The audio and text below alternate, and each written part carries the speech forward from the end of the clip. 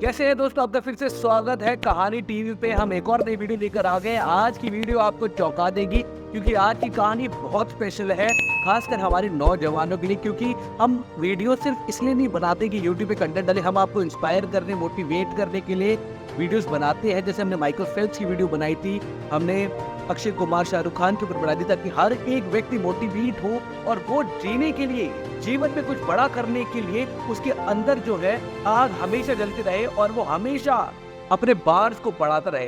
दोस्तों चलिए शुरू करते हैं। अगर आप नए तो प्लीज सब्सक्राइब करके बेल आइकन दबाना मत भूलना। हर रोज एक भिखारी दरवाजे के पास आकर भीख मांगता था और घर का मालिक हमेशा घर के बाहर आते ही उसे देखकर फिर जाया करता था। कई बार उसके लिए गालियां भी बकता था यार, लेकिन वो कहता कि तू जिंदा ही क्यों है, पूरी जिंदगी ऐसे ही भीख मांग मांग के खाएगा क्या, धरती का बोझ क्यों बना हुआ है।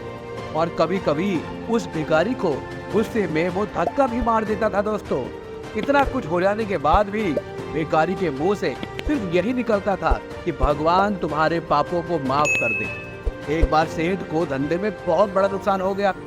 सेठ बहुत परेशान था कि तभी उसके दरवाजे पर वही भिखारी आया। गुस्से में अपना आपा खोदते हुए सेठ ने उस भिखारी को पत्थर दे मारा।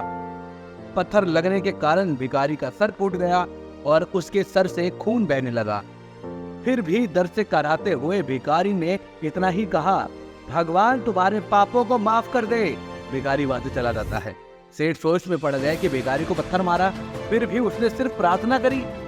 सेठ का गुस्सा शांत हुआ, सेठ का मन शांत हो गया। भिखारी का रहस्य जानने के लिए वो परेशान हो गया। सेठ ने भिखारी का पीछा करना शुरू किया। भिखारी जहां जहां जाता सेठ उसके पीछे पीछे जाने लगा। सेठ ने देखा कि कोई उसको खाना देता, कोई उसको मारता, कोई अपमानित करता और कोई उसे गालियां देता। लोग भिखारी के साथ चाहे जैसा व्यवहार करें, लेकिन भिखारी सबके लिए एक ही प्रार्थना करता, भगवान तुम्हारे पाप माफ कर दे। अब रात होने को आई थी। भिखारी अपने घर जाने के लिए लौटा। वो अपने घर पहुंच गया, लेकिन सेठ अब भी उसका पीछा कर रहा था। एक पुरानी टूटी हुई खटिया पर एक बूढ़ी औरत लेटी हुई थी, काफी कमजोर और बीमार लग रही थी। वो भिखारी की पत्नी थी। अपने पति को वापस आता देख वो खाट से उठ खड़ी हुई। पत्नी ने अपने पति के भीख वाले कटोरे में देखा, उसमें सिर्फ आधी बासी रोटी थी। उसे देखकर वो बोली, आज बस इतना ही मिला, और हाँ, आपके सर से खून निकल रहा है, ये चोट कैसे लगी आपको? बूढ़ा भिखारी बोला, आज बस इतना ही मिला, किसी ने कुछ दिया ही नहीं। सबने गालियां बकी और एक ने पत्थर भी फेंक के मारा, इसीलिए मेरा सर फट गया है। एक गहरी ठंडी सांस लेकर बूढ़ा भिखारी फिर से बोला, ये मेरे ही पापों का फल है। तुम्हें याद है कुछ सालों पहले हम कितने अमीर थे? क्या कुछ नहीं था हमारे पास? हमारे पास हर चीज जरूरत से ज्यादा थी, लेकिन हमने कभी दान नहीं किया। और उससे भी बुरा हमने उस अंधे भिखारी के साथ किया जो हमारे द्वार पे भीख मांगने आया करता था। बूढ़ी पत्नी की आंखों में आंसू आ गए। वो बोली, हाँ, हम उस बेचारे अंधे के साथ बहुत बुरा करते थे, उसका अपमान करते थे, उसे खाने के लिए रोटी की जगह कागज दे दिया करते थे, उसका मजाक उड़ाते थे और कभी कभी मारा भी करते थे। मैंने कभी उसको रास्ता नहीं दिखाया। एक बार मैंने उसके मुंह पर मिट्टी भी फेंक दी थी और वो हमेशा दुखी होकर यही कहता था कि भगवान तुम्हें तुम्हारे किए की सज़ा देगा, भगवान तुम्हारे पापों की सज़ा ज़रूर देगा। उसका श्राप सच ही हो गया और हम इस दुख भरी जिंदगी में आ गए।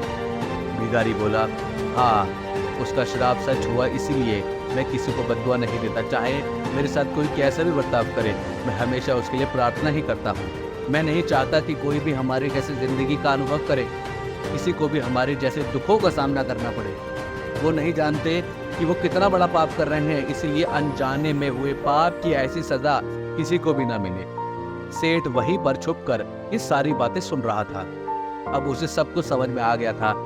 भिखारी और उसकी पत्नी ने वो आधी रोटी मिल बांट के खाए और भगवान को धन्यवाद बोलते हुए वो सोने चले गए। अगले दिन भिखारी फिर से भीख मांगने गया। सेठ के घर पास जाकर सेठ ने पहले से ही गर्म रोटियां और उसके लिए निकाल कर रखी हुई थी। उसे देते हुए सेठ विनम्रता से बोला, माफ कर दीजिए बाबा, मुझसे बहुत बड़ी गलती हो गई। बूढ़ा भिखारी बोला, भगवान तेरा भला करे।